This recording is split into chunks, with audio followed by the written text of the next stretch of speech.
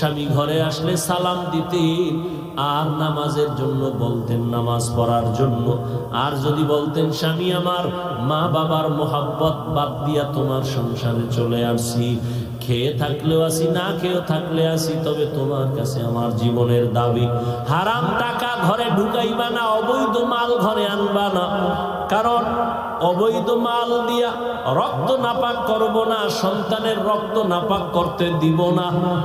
আম্মা জান যদি স্বামীরে বুঝাইতেন, কোন স্বামী হারাম টাকা ঘরে নিতে পারতো না, হারাম মাল ঘরে ঢুকাইতে পারতো না, কারণ হারাম টাকার খানা যদি সন্তান খায়, ওই সন্তান কোনোদিন মা বাবার কোনো উপকারে আসবে না, খেদমত করবে না।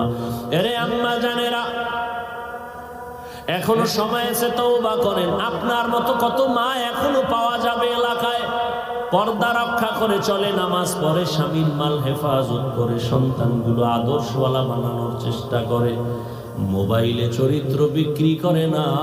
এরে আম্মা জান, আপনি কেন পারবেন না? এখনো সময় আছে, তওবা করেন। বৃদ্ধ বাবাজি, আপনার মতো কত বুড়ারা মসজিদে গিয়ে নামাজ আদায় করে, আপনি কেন পারবেন না? এখন থেকে তওবা করেন। ও যুবক বাবা, ওই মা বাবার দোয়া নিয়া, উলামায়ে কেরামের পরামর্শ নিয়া, নবীর তরিকা মেনে শিক্ষকের দোয়া নিয়া চলবা। আর দাড়ি কাটবা না, বেপরদায় চলবা না, মা বাবারে কষ্ট দিবা না, কোনদিন আর নবীর তরিকার বাইরে চলবা না। স্কুলে কলেজে বড় চাকরি করো, ব্যবসা করো, নামাজ আর ছাড়বা না। তওবা করার মতো যদি কারো অন্তর তৈরি হয়, মুনাফিকি না থাকে, খাঁটি তওবার নিয়ত যাদের আছে, দুটো হাত আল্লাহকে দেখাইয়া দাও। মান ইয়াহদিল্লাহু ফাহুয়াল মুহতাদ ওয়া মান ইউদ্লিল ফালান তাজিদ লাহু ওয়ালিয়াম মুরশিদা। আল্লাহ চাইলে হেদায়েত পাবে, আল্লাহ না চাইলে সে হেদায়েত পাবে তো দূরের কথা, হেদায়েত পাওয়ার কোনো মুরব্বিও পাবে না, মুর্শিদ পাবে না। তো স্পষ্ট কোরআনের কথা, আল্লাহ হেদায়েত দিলে পাবে, তো আল্লাহ দেয় না, আমরা পাই না, দোষ আমাকে কি? এই জন্য বাতিলরা বলে পুতুল যেমনি নাচায় তেমনি নাচে, পুতুলের কি দোষ? তো এখন আল্লাহ হেদায়েত দেয় না পায়, এটার কথার আরো স্পষ্ট আওয়াজ আছে কোরআনে। কি? মান ইউরিদিল্লাহু আন ইয়াহদিয়াহু ইয়াশরাহ সাদরাহু লিল ইসলাম। আরো স্পষ্ট, আল্লাহ যদি চান, ইচ্ছা করেন কাউকে হেদায়েত দিবেন, তাহলে তার সিনাটা ইসলামের জন্য খুলে দিবেন।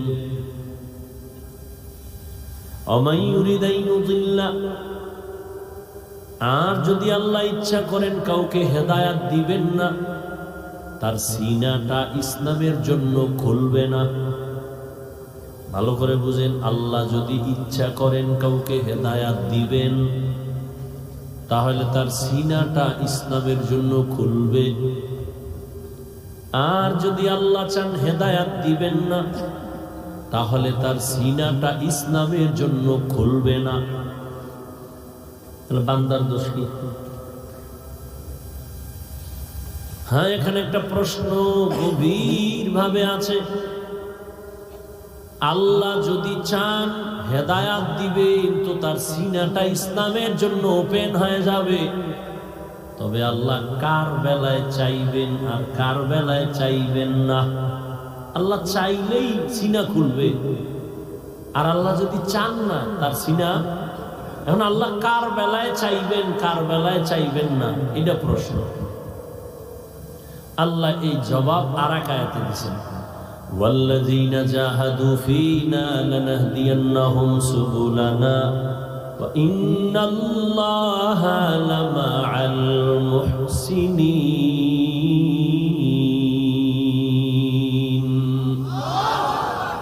ওয়াল্লাযীনা জাহাদু ফীনা, যারা চূড়ান্ত ভাবে হেদায়াতের চেষ্টা করবে, লানাহদিয়ান্নাহুম সুবুলানা আয় লানুবাসসিরান্নাহুম তুরুকানা, আমি আল্লাহ তার সামনে অনেকগুলো হেদায়াতের পথ খুলে দিব।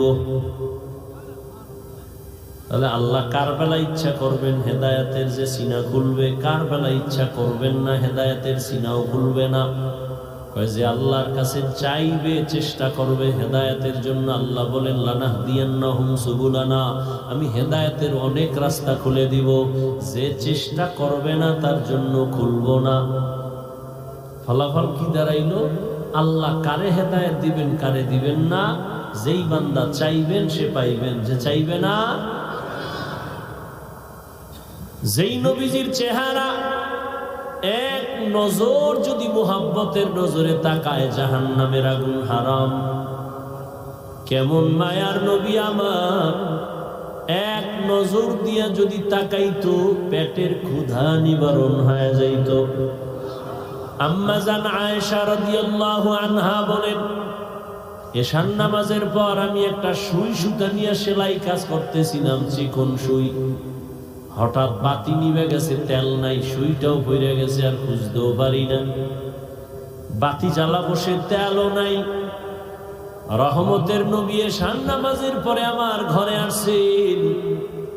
রহমতের নবীর চেহারার আলোতে খুঁটির গোড়ায় সুইটা পেয়ে গেলাম। কেমন মায়ার নবী আমার। গর্তের পিপিলিকা আরজি পেশ করে, হে আল্লাহ একটু তোমার ঘর বাইতুল্লাহ দেখাও, মদিনার রওজা একটু ঘুরায় দাও। গর্তের সাপ অপেক্ষা করে নবীর চেহারা মোবারক এক নজর দেখবে। হিজরতের রাতে ওই সাপ ওই গর্তে ছিল, আবু বকর আটকায় দিছে, দেখতে পারবে না বিদায় আঘাত করছে। দীর্ঘদিন পর্যন্ত ওই সাপ অপেক্ষায় ছিল গর্তে রহমতের নবীরে দেখবে। সেই নবীকে একদিন আর 2 দিন না, সামনে বসে 13 বছর দেখছে। কয় বছর? নবীজির সুন্দর বয়ান শুনছে, কিন্তু কালেমা পড়ে নাই। এত বড় বেঈমানের নাম জানেননি? কে? গর্বা সুরত আদমি ইনসাবুদে अहमद अबू जहलो हम एक साबुदे आदमीरा आदमीयत लाज़िमास औदेरा गर बुना बाश दमास। এই একটা প্লাস্টিকের মূর্তি লইয়া এই প্যান্ডেলের মধ্যে কেমন ওয়াজের নিয়ত, এখন এরা বলে হেদায়েত চায়। প্লাস্টিকের একটা মাছ কিনছে, বেলুন কিনে ওয়াজে আসলে। এতটা নোংরা হয়ে গেছে পরিবেশ, কাকে বলবো? সব জায়গার হালাত বড় খারাপ। খুব একটু খেয়াল করেন, আপনি পিছে যান কেন? আপনি আকাম কম করেননি? বাচ্চা কানতেছে, একটা পুতুল লয়ে গেছে বাচ্চার কান্না থামানোর জন্য। আমরা হুজুরেরা তো কোনোদিন পুতুল কিনি নাই, আমাকে বাচ্চারা কাঁদে না, কোনোদিন তো পুতুল দি নাই। আপনার কপালটা এত খারাপ কেন? কার অভিশাপ লয়ে দুনিয়াতে আসছেন? দাবি করেন মুসলমান, বাপ দেখান মাস্তানি বুজুর্গ বাপ। অজে আসছে, বেলুন কিনছে, বউকা কি অজে গেলা কি আনলাই যে মোনাজাতে বেলুন কবুল হয়ে গেছে। আর নাই? আচ্ছা, ওয়াজ উপলক্ষে মার্কেট হবে কেন? 2-1টা চায়ের দোকান থাকতে পারে, আতর টুপির দোকান থাকতে পারে, কোনো চিকিৎসার বিষয় থাকতে পারে, 2-1টা কাপড়ের দোকান থাকতে পারে, রুটির দোকান থাকতে পারে। মানুষ ক্ষুধা লাগলে একটু চা পান করলো, রুটি খেল। সেখানে বেলুনের দোকান কেন? খেলনার দোকান কেন? আর সেই দোকানের মধ্যে আমার মেয়েরা ঢুকবে কেন? যুবক ঢুকবে কেন? তো এটা বেহেশতের বাজার, ওটা জাহান্নামের বাজার। এখানে বসলে গুনাহ মাপ, আর ওখানে ঢুকলে কবিরা গুনাহ হচ্ছে। তো ওই কবিরা গুনার দায়ভার কারা নেবে? শুধু এখানে না, সব জায়গায় হালাত। কেন ওয়াজের পরে এই ওয়াজের প্যান্ডেলের পাশে দোকান হবে বেলুনের, খেলনার দোকান? কারণ কি? কি হচ্ছে এগুলো সারা দেশে? এর হাতে 39 জন মুসলমান বর্তমানে আছে, আমি 40। মহিলা মুসলমান আছে 11 জন, আমি 40-এর কোঠা পূরণ করে দাঁড়ায় গেলাম। 5 মিনিট আগেই তরবারি ছিল মুহাম্মদের দুশমন, এখন তরবারি মুহাম্মদের বন্ধু। আয় কোন বেঈমান যদি মুহাম্মদের বিরোধী থাকো সামনে দাঁড়া, মুহাম্মদের প্রয়োজন নাই, আমার তরবারি তোমার জন্য যথেষ্ট। এর নাম হেদায়াত।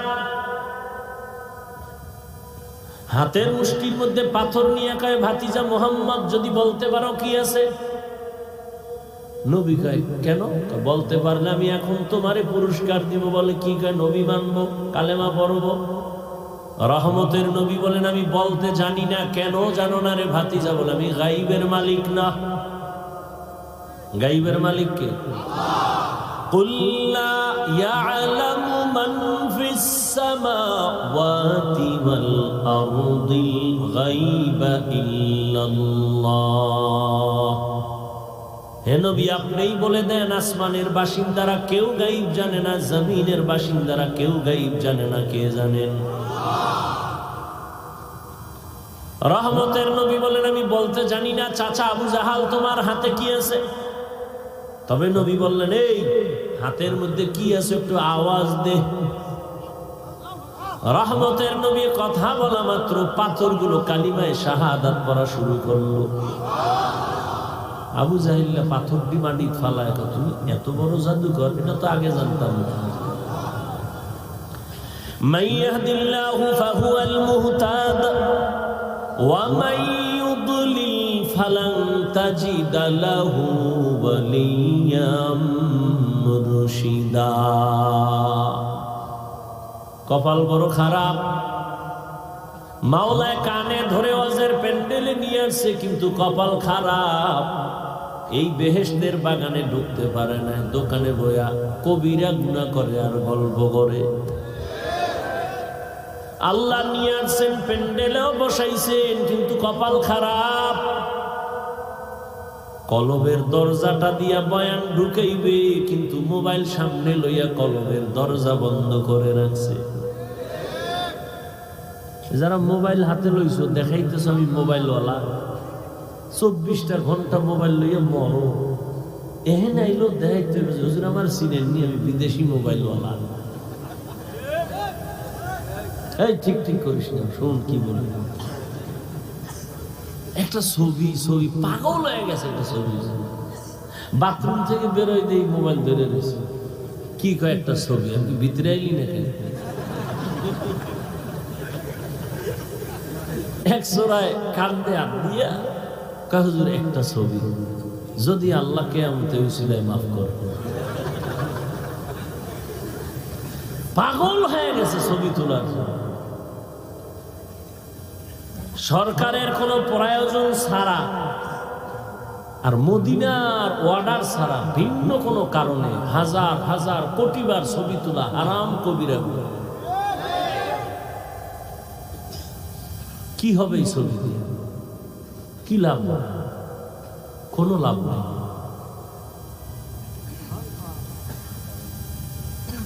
বরং রহমতের নবীর আদর্শ মতো চলো, জীবনটা ধন্য হয়ে যাবে।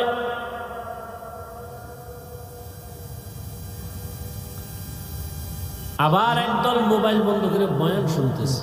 শয়তান তো বয়ানে, এক শয়তান প্যান্ডেলের বাইরে আছে, গেলেই ধরবে। এটা জিন শয়তান। কারণ ও আজান শুনলে দৌড়, জিকিরের আওয়াজ পেলে দৌড়, ও কাছে আসতে পারে না। আর এক শয়তান প্রত্যেকের শরীরের মধ্যে আছে, এটা নফস শয়তান। ইন্নান নাফসা লাআম্মারাতুন বিসসু ইল্লা মা রাহিমা রাব্বি ইন্না রাব্বি গফুরুর রহিম। ইউসুফ নবী বলে, শয়তান আমারেও ধাক্কা দেয়। জুলাইখার দিকে আমার মনটাও যায় যায় ভাব। ইল্লা মা রাহিমা রাব্বি, রব আমাকে হেফাজত করেছেন, যে কারণে আমি অন্ধকার রুমের মধ্য থেকে জুলাইখার অপকর্ম থেকে নিজেকে বাঁচাই ফেললাম। আল্লাহর দয়া ছাড়া হয় নাই।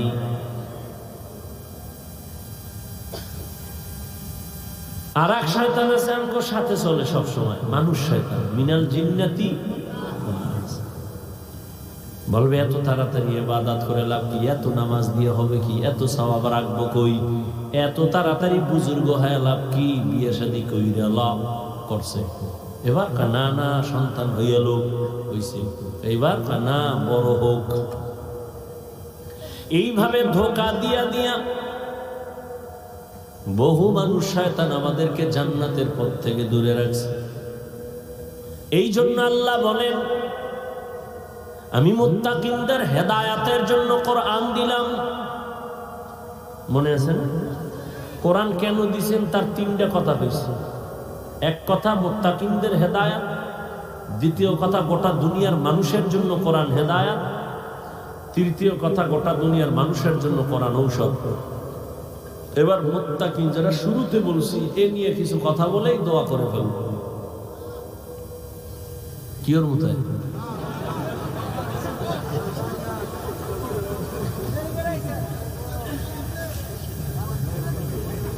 মুত্তাকি কারা? যার মধ্যে থাকে তাকওয়া। তাকওয়া মানে আল্লাহর ভয়। কার ভয়? এই যে ভয়টার নাম তাকওয়া, ভয়টা থাকে অন্তরে। কোথায়? যার অন্তরে থাকে তার নাম কি? মুত্তাকি। অন্তরে তাকওয়া থাকে। নবী বলেন আত-তাকওয়া হা হুনা, আত-তাকওয়া হা হুনা, আত-তাকওয়া হা হুনা। তাকওয়া মানে আল্লাহর ভয়, এটা অন্তরে থাকে, অন্তরে থাকে, অন্তরে থাকে। থাকে মানে জন্মলগ্ন থেকে থাকে না, এটা অর্জন করা লাগে। তাকওয়া মানে আল্লাহর ভয়। আমি যদি আপনাদের প্রশ্ন করি আপনারা কারা কারা আল্লাহকে ভয় করেন, সবাই দুনো হাত উঁচু করবে। কিছু চালাকরা পাও আলগি দিবে, বলবে হুজুর্গ থেকে আমরা বেশি আল্লাহরে ভয় করি, যদিও দাড়ি নাই, টুপি নাই, বিড়িটা নিয়ে, কিন্তু ভয় বেশি করি আল্লাহকে। হুজুরেরাই পরিমাণ ভয় করে না। এবার একটু চিন্তা করেন, আমি নামাজ পড়িয়া বলি আল্লাহকে ভয় করি, আপনি নামাজ বাদ দিয়ে বলেন আল্লাহকে ভয় করি। আমি দাড়ি রেখে বলি আল্লাহকে ভয় করি, আপনি দাড়ি না রেখে বলেন আল্লাহকে ভয় করি। দুই ভয় কি সমান? আসলে আপনার মধ্যে ভয়ই নাই। যেমন আমি উদাহরণ দিই, একজনের সাপ ভয় করে, সাপ আসলে ভয় করে কিনা এটা প্রমাণ কি? সাপ ধরে, হ্যাঁ, বরং সাপ যেখানে থাকবে সন্দেহ ওখানেও যাবে না, এতটাই ভয় করে। ঘুমের মধ্যেও বলে সাপ সাপ সাপ। বুঝে গেল সাপরে কি করে। একটা সন্তান মা বাবাকে ভয় করে, বলে তার প্রমাণ, কয় সন্তানের সামনে, মা বাবার সামনে সন্তান অন্যায় করে না। কেন? বলে মাইনের ভয়। একটা ছাত্র শিক্ষকের ভয় করে, অন্যায় করে না। কেন? বলে শাস্তির ভয়। ঠিক এই দুনিয়ায় যেই মানুষ আমার আল্লাহকে ভয় করবে, ওই মানুষ গলায় ছুরি লাগাবে, দাড়ির মধ্যে অস্ত্র লাগাইতে পারবে না। हर के दारत खौफे हक दर दिल मदम जन्नतुल मअवा देहद ओ रामकाम जुज़बा हक़ची ज़े मखाज़ इंसो जा फज़ले उआ मस्ते दर जुमला जहा। আল্লাহর ভয় যার অন্তরে থাকবে সে কখনো গুনাহ করবে না। আল ইহতিরাজ আনিল মাসিয়া, তাকওয়া মানে গুনাহ থেকে বেঁচে থাকা। এর নাম তাকওয়া, আল্লাহর ভয়। এই তাকওয়া থাকবে অন্তরে। কোথা থেকে তুমি তাকওয়া নিয়ে অন্তরে ঢুকাইবা? তাকওয়ার ঠিকানা কি? লিকুল্লি শাইইন মা'দিনুন ওয়া মা'দিনুত তাকওয়া কুলুবুল আরিফিন।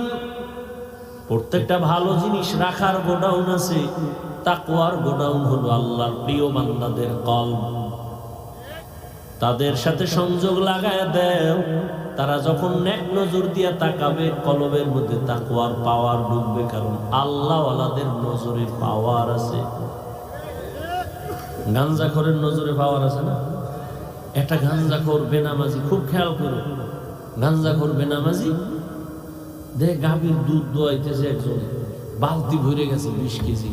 ও কপাল হাত দিয়ে কয়, ওরে দুধ। পরের দিন 1.5 কেজি। আছে না ভাই? গাছে নারিকেল, অনেক নারিকেল, এত নারিকেল, পরের দিন থেকে নারিকেল নাই। শুধু কি তাই, একটা বাচ্চা অসুস্থ, সুন্দর চেহারা, এত সুন্দর, নজর লেগে গেছে। এটার একটা বদ নজর। কি নজর? আপনারা দেখেন না আপনাদের এলাকায় কদু গাছ লাগায় না? বিভিন্ন ফসলের জমিনে জুতা টানায়, জুতা দেখছেন? কেন? জুতা টানাইলে জুতার বরকতে কদু বড় হবে। জুতা টানায় কেন? কারণ বরকতি জুতা নমরুদদের গালে লাগছে, কত বরকত। কেন জুতা টানায়? বদনজর থেকে হেফাজতের জন্য। কার বদনজর? বেআমলওয়ালা গাঞ্জাখোর বেনামাজি। আচ্ছা, একটা বেনামাজি গাঞ্জাখোরের চোখের নজর লাগলে একটা বাচ্চার মধ্যে যদি রিয়াকশন হয়, তাহলে একজন তাহাজ্জুদওয়ালা, জিকির করনেওয়ালা, তাকওয়াওয়ালা নেক নজর দিলে কেন অ্যাকশন হবে না? হবে না? পৃথিবীর একজন চিকিৎসা বিজ্ঞানী, নাম অনেক শিক্ষিতরা জানেন, বু আলী সিনা, চিকিৎসা বিজ্ঞানীদের মধ্যে একজন। তিনি একদিন কোন এক এলাকায় এক ব্যক্তি অসুস্থ, তার ঝাড়ফুঁক দিতেছে, তার সামনে এক বুজুর্গ, বু আলী সিনার সামনে সে বসা, পাশে একজন বুজুর্গ একটা রোগীরে ঝাড়ফুঁক দিতেছে, শরীর মেসেজ করতেছে আর ফু দিতেছে। বুজুর্গ আল্লাহওয়ালা। তো বু আলী সিনা, সে চিকিৎসা বিজ্ঞানী, সে পাশে বইয়া কয়, আপনি করেন কি? এই ফুফা দেনাতে কি হইব? বুজুর্গ মানুষ তো কথা কম কয়, আর যেটা কয় কলিজা সাদা করে ফেলে। চুপ করে রয়েছে, ও বক বক করতে গেছে, এই মেয়ে কি হইব, কি হইব? তুমি গাধা, এটি বুঝবা না। এত বড় চিকিৎসা বিজ্ঞানী বু আলী সিনা, তাকে যখন এই কথা কইছে, মাথা ঠান্ডা, পুরা গরম। এত বড় সাহস, আপনি হুজুরে এই কথা কেমনে বলেন? দুনিয়ার মানুষ আকাম করে, সমস্যা নেই। হুজুরের যে একটা সিরিয়া টাকা দিল, হুজুরে কেমনে করলেন এই আকামটা? শব্দ হুজুর। বু আলী সিনা বলেন, আমাকে গালি দিলেন কেন? আবার এক মুখে কথা বলতেছে, হুজুর চুপ। ওই ইনজেকশন একটা দিয়ে চুপ হয়ে গেছে। কিছুক্ষণ পর কয়, ভাই আপনি রাগ করলেন? রাগ করবো না। কয়, আমি কি বলছি? আপনার গায়ে হাত দিছি? কয়, আপনি এত একটা কথা বলছি জবান দিয়ে, এই যে আপনার জ্বললে গেল বেশি বিষয়। আপনি এই কথা কেন বলবেন? কথা, আমার মুখের একটা কথা যদি আপনার কলিজা জ্বালায় দিতে পারে, আমার মুখের তিলাওয়াতের ফুতে এই বান্দা সুস্থ হবে না কেন? আউলিয়ারা কারে উকবা ইখতিয়ার, জাহেলারা কারে দুনিয়া ইখতিয়ার। নজর তো আল্লাহওয়ালাদের জবানে, নজরে পাওয়ার আছে না নেই? এই পাওয়ারের নাম কোরআনের ভাষায় ফুরকান, হাদিসের ভাষায় পাওয়ারের নাম ফেরাসাত। ইয়া আইয়ুহাল্লাযীনা আমানু ইন তাত্তাকুল্লাহ ইয়াজআল লাকুম ফুরকানা। قال النبي صلى الله عليه وآله وسلم اتقوا فراسة المؤمن فإنه ينظر بنور الله। আল্লাহ কোরআনে বলেন, যারা তাকওয়ার উপরে মুজাহাদা করে, আমি আল্লাহ তাদেরকে পাওয়ার দান করি। ওই পাওয়ারের নাম হলো ফুরকান। মা মা'নাল ফুরকান? হুয়া নূরুম মিন ইলাহি। আল্লাহর দেওয়া নূরের একটা আলোর নাম ওই পাওয়ার, আল্লাহর দেওয়া নূর।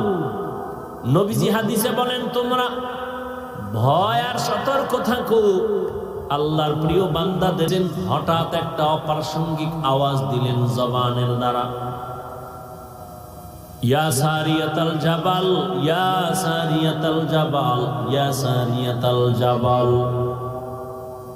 ও সারিয়া, পাহাড় পাহাড় পাহাড়। ওমরে ফারুক যেখানে আওয়াজটা দিছেন, ওখান থেকে 2000 কিলোমিটার দূরে ছিল সারিয়া। ইরানের মধ্যে যুদ্ধ চলন্ত অবস্থায় ছিল। সারিয়াকে জিজ্ঞাসা করা হলো, ও সারিয়া, ওমরের আওয়াজটা তুমি শুনছো কিনা বলো। বলে, হ্যাঁ, কাছে বৈশা যেমন শোনা যায় এমনই আমি শুনতে পেয়েছি। আল্লাহ পাক রব্বুল আলামিন আল্লাহর প্রিয় বান্দাদের পাওয়ার দান করেন, তাকওয়ার পাওয়ার।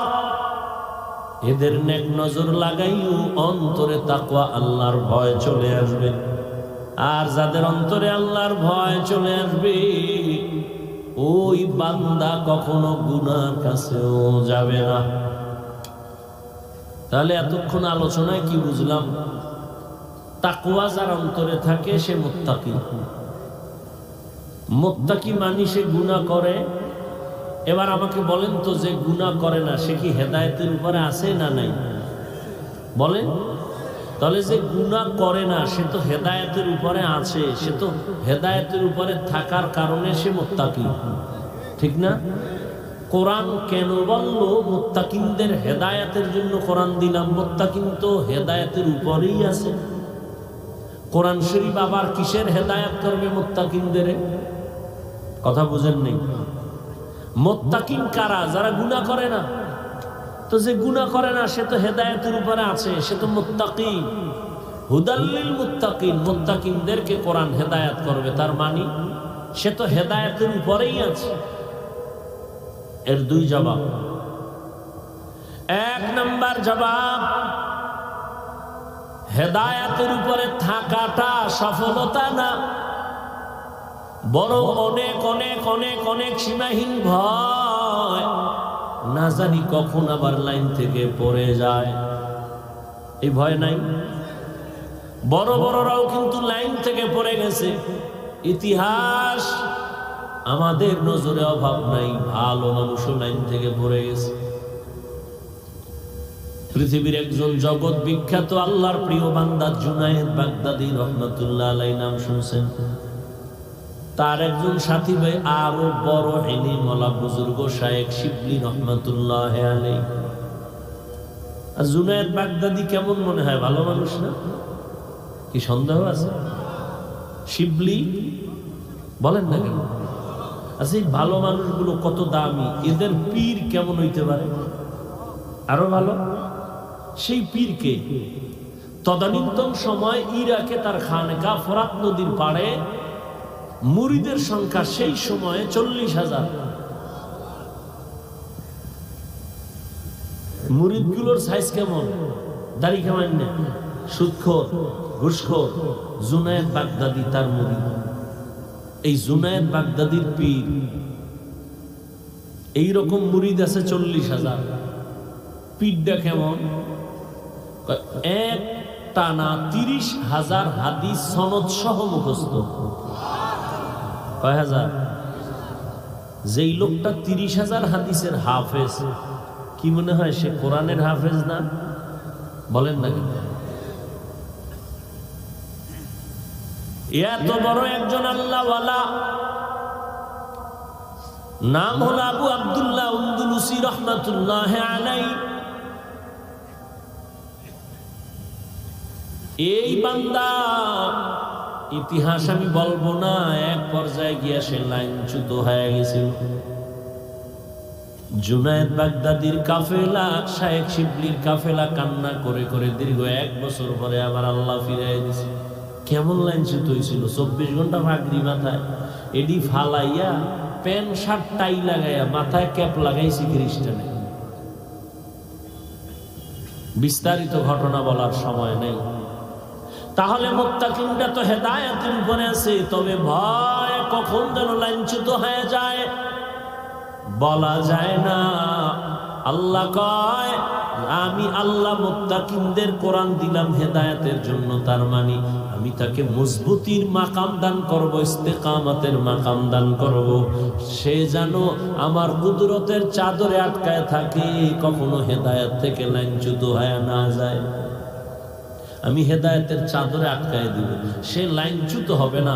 ইস্তেকামতের মাকাম দান করব। আল ইস্তেকামাতু খায়রুম মিন আলফি কারামা।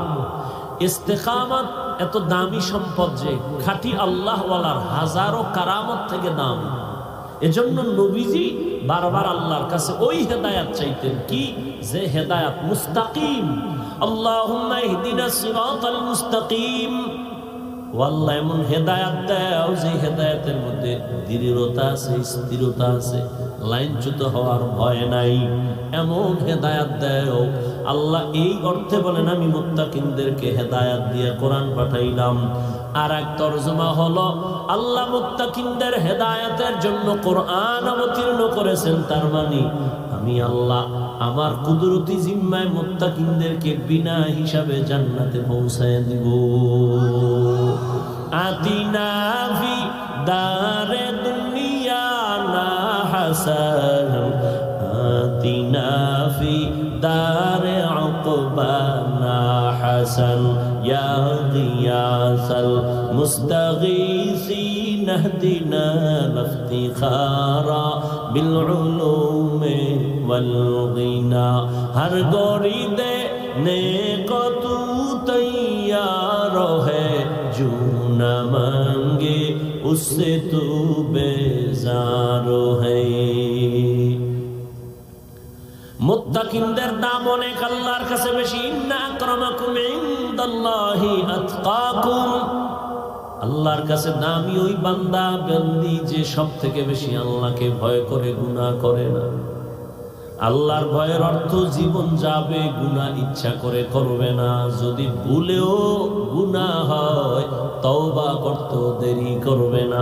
আর এই মাকামটা অর্জন করার জন্য খাঁটি আল্লাহওয়ালার নেক নজর না থাকলে সম্ভব হবে না। আল্লাহর প্রিয় বান্দাদের নেক নজর অন্তরের মধ্যে ঢুকাও। আল্লাহওয়ালাদের নজর যত লাগবে তত পাওয়ার, তত পাওয়ার, তত পাওয়ার। পাক ভারত উপমহাদেশের মধ্যে সব থেকে বড় একজন বুজুর্গ আলেম আল্লাহওয়ালা হাকিমুল উম্মত, উম্মতের রুহানি ডাক্তার মুজাদ্দিদুল মিল্লাত শাহ আশরাফ আলী ফারুকী থানভী, তিনি বলেন আমার ক্লাসের সাথী ভাইরা আমাকে একদিন প্রশ্ন করলো, ও আশরাফ আলী ভাই, তুমিও বুখারী পড়ছো, আমরাও বুখারী পড়েছি, তুমিও মুসলিম তিরমিজি পড়েছো, আমরাও পড়েছি, তুমি যেই যে কিতাব পড়ে মাওলানা হয়েছো ওই কিতাব আমিও পড়ে মাওলানা হয়েছি, কিন্তু অন্তরে ভয়, প্রশ্ন দোলা দেয়, জবাব পাই না।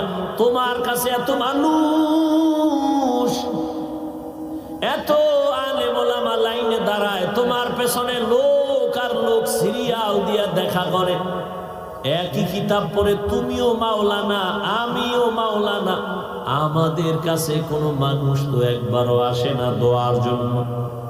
হাকিমুল উম্মত কত সুন্দর জবাব দিলেন, তোমরা করো কুতুববিনী আর আমি আশরাফ আলী করি কুতুববিনী। মানে তোমরা দেখো কিতাব আর আমি দেখি কুতুব।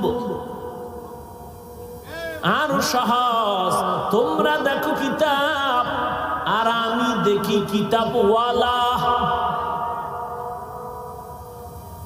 আমি দেখি কিতাবওয়ালা কুতুব। আমি কুতুবদের দেখি আর নেক নজর লাগাই, তাদের নেক নজর যত লাগবে ততই পাওয়ার বেড়ে যাবে। আল্লাহওয়ালাদের সাথে নেক নজর লাগাইয়া হৃদয়টাকে ভরপুর করিও।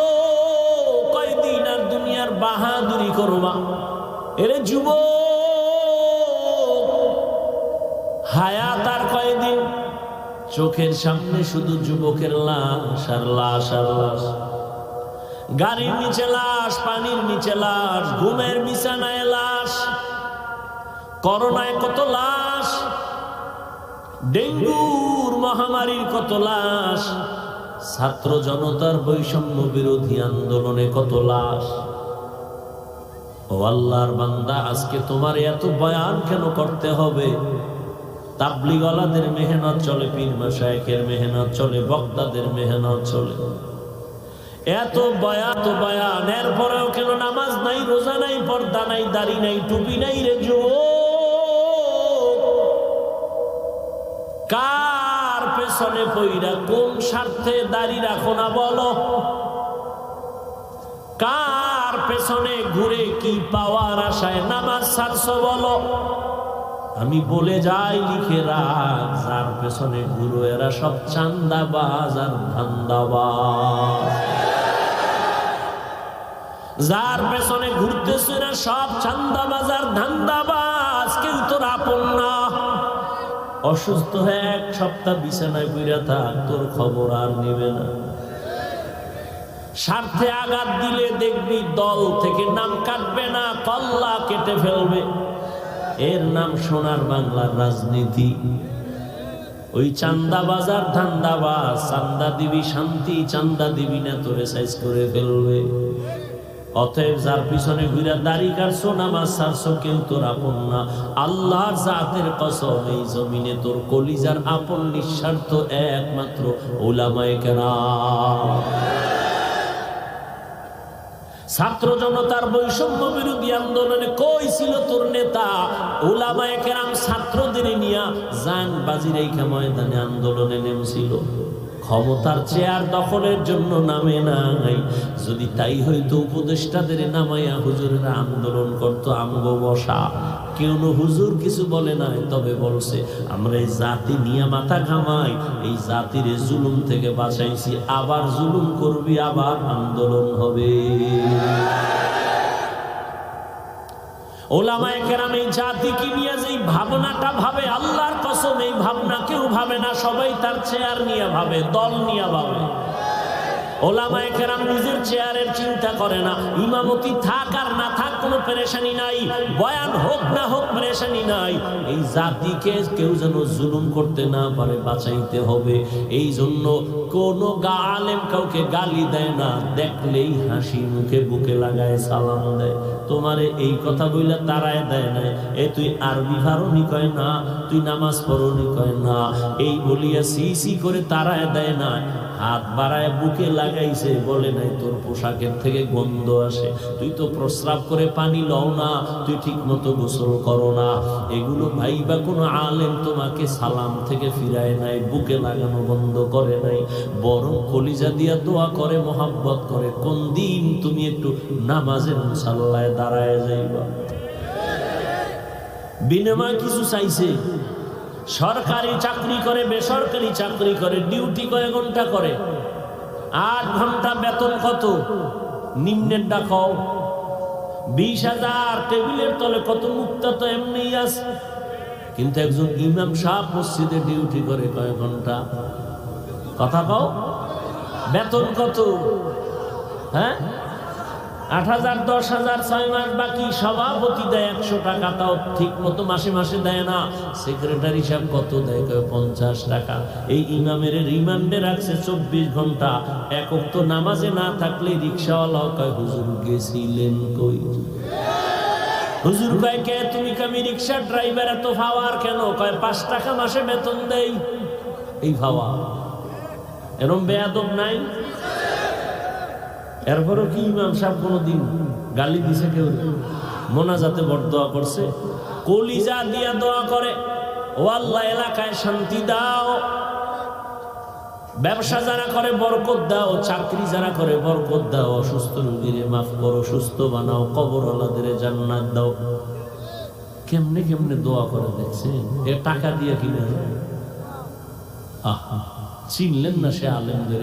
যদি চিনতেন বিরোধিতা করতেন। আল্লাহ হেদায়েত দান করুন।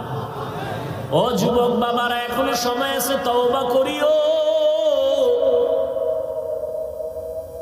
আমরা ওলামায়ে কেরাম আমগো স্বার্থ নিয়ে বলছি যে খালি আমগুই ভালোবাসবে, আর কেউ রে বাসবে না বলছি? বরং আমগো সব লাইনে কথা। ও যুবক বাবা, মা বাবার সাথে কোনোদিন বেয়াদবি করবা না, কপাল পুড়ে যাবে। শিক্ষকের সাথে বেয়াদবি করবা না, শিক্ষার হালাত বরকত থেকে বঞ্চিত হয়ে যাবা। উলামায়ে কেরামের দোয়া নিয়ে সামনে আগাও। এবার একটু বাস্তবে দেখো তাকাইয়া, আমার কথাগুলো একটু নজর দাও। আমি এতক্ষণ বয়ান করলাম, একজনকেও হুজুর বলার বানানোর জন্য কিছু বলি নাই যে হুজুর হও, স্কুল ছাড়ো, মাদ্রাসায় যাও, টুপি লাগাও। বরং আমি বলছি, বাবা তুমি যেই লাইনে থাকো, স্কুলে পড়ো, কলেজে পড়ো, চাকরি করো, ব্যবসা করো, কোনো বাধা নাই। একজন ডাক্তার হও, ইঞ্জিনিয়ার হও, প্রফেসর হও, ব্যবসায়ী হও, চাকরিজীবী হও, তবে অনুরোধ করে বলবো বেয়াদব হইও না। তোমার ব্যবহারে কোনোদিন যেন মা বাবা কষ্ট না পায়, আলেম কষ্ট না পায়, শিক্ষক কষ্ট না পায়। কারণ মা বাবার অন্তরে কষ্ট দিবি, জীবনে কোনোদিন ডাক্তার হইয়াও শান্তি নাই। তাসলিমার মতো জুতা খায়া পালানো লাগবে। ডাক্তার হলে আদর্শমান ডাক্তার হও, আদর্শমান ইঞ্জিনিয়ার হও, আদর্শমান প্রফেসর হও। লেখাপড়া করিও, মরিয়া গেল যেন মানুষ তোমার আদর্শ দেখে দোয়া করে। এবার দেখো তো, তোমার লাইনে জীবনে কোনোদিন মাদ্রাসায় পড়ে নাই, আলিফ বা তাও পড়ে নাই। একটু সত্য কথা বলো, তোমার মতো লাইনে থাইকা, জেনারেল লাইনে থাইকা নামাজ পড়ে, দাড়ি রাখে এমন লোক আসেনি। আর জীবনে তোমার কোনো অজের দরকার নাই। তুমি এই কথাটাই নিজেরে জিজ্ঞাসা করো, এরে মন তোর কপাল এত খারাপ কেন? তোমার মতো যুবক স্কুল কলেজে পড়ে, নামাজ পড়ে, দাড়িওয়ালা, অভাব নাই। র্যাব, আর্মি, পুলিশ, বিডিআরের চাকরি করে, ওসি, ডিসিএসপি, অভাব নাই। ডাক্তার, প্রফেসর, ইঞ্জিনিয়ার, নামাজি, দাড়িওয়ালা, রাস্তায় গাড়ি চালায়, নামাজ ছাড়ে না, দাড়ি কাটে না। তুমি কেন পারবা না? কত ব্যবসায়ী হালাল ভাবে চলে, মিথ্যা বলে না, নামাজ ছাড়ে না, তুমি কেন পারবা না? ও আল্লাহর গোলাম, নজর করে দেখো কত চাকরিজীবী নামাজ ছাড়ে না। এদিন এক আর্মি পর্যন্ত কয়, আমি চাকরি সাইরা দেওয়ার সিদ্ধান্ত নিয়ে আসছে, দোয়া কইরেন আল্লাহ যেন হালাল রিজিক দেয়। এই সময় সেনাবাহিনীর পাওয়ার কত, তুমি ছাড়লা কেন বাবা? কয় আমারে দাড়ি কাটতে কয়, আমি চাকরি ছাড়তে রাজি, দাড়ি কাটতে রাজি না। তোমারে পাও ধরে ধরে বয়ান করি, আমি দাড়ি কাটলে লজ্জা পাই। তুমি কেমন মুসলমান যে দাড়ি রাখতে লজ্জা পাও? তোমার মুসলমান দাবি করতে লজ্জা? কিছু বেয়াদব আছে আবার, দাড়ি না রাখলে অসুবিধা কি, টুপি না পরলে অসুবিধা কি? পৃথিবীর নিকৃষ্ট বেয়াদব মুসলমানের সন্তানই প্রশ্ন আসবে কেন? কোন বেঈমানের বাচ্চা এই প্রশ্ন তোর অন্তরে ঢুকাইছে? মন থাকবে দুর্বল, হুজুর পাইলে দোয়া চাবে, হুজুর পারি না দাড়ি রাখতে, নামাজ পড়তে, একটু দোয়া কইরেন, চেষ্টা করবে। না মুসলমান হিসেবে কথা। কত বড় বেয়াদব, কত বড় কুলাঙ্গা যে প্রশ্ন তুলে না রাখলে অসুবিধা কি? তো কিয়ামতের দিন যদি রসুল তোকে বলে দেয়, এই বেঈমান, তোর মতো বেয়াদব আমি রসুলের উম্মত না হইলে অসুবিধা কি? ভাব কত বড় কুলাঙ্গা। আপনি দাড়ি রাখেন না, আপনারা কেউ গালি দিছে, তো মনটা আপনি নরম রাখবেন যে হুজুর রাখা দরকার, পারি না দোয়া। আরো বান্দা আছে দাড়িওয়ালা নামাজি, ঢাকা কলেজে যাও, জাহাঙ্গীরনগরে যাও, কলেজের ছেলে পাগড়িওয়ালা, দাড়িওয়ালা, পিছন থেকে তাকাইলে মনে হয় মসজিদের কোন খতিব। কিও তোমার এই রং কেন? কয় আলেমের নেক নজর লাগছে, তো রং পাল্টায় গেছে। উলামায়ে কেরামের নেক নজর নিয়ে এখনো সময় আছে, সামনে আগাও। আবারও বলে গেলাম, ডাক্তার হইও, তবে আদর্শবান ডাক্তার হইও। মা বাবারে কষ্ট দিও না, শিক্ষকের সাথে বেয়াদবি করিও না, উলামায়ে কেরামের বিরোধিতা করে নিজের জীবনটাকে নষ্ট করিও না রে বাবা। এখনো সময় আছে, তওবা করে নাও। তবে এটাও সত্য, শুরুতেই বলেছিলাম, নবীরে দেখছে 13 বছর কালেমা পড়ে নাই, আর নবীরে জবাই করতে এসে কালেমা পড়ছে, এর নাম কফাল। এখানে আবু জাহালওয়ালা কিছু মানুষের অন্তর পাথরের মতো শক্ত, কোনো বয়ানে দিল নরম হবে না, বরং বাইরে গিয়ে আরো সমালোচনা করে কপালটারে আরো ঘুরবে।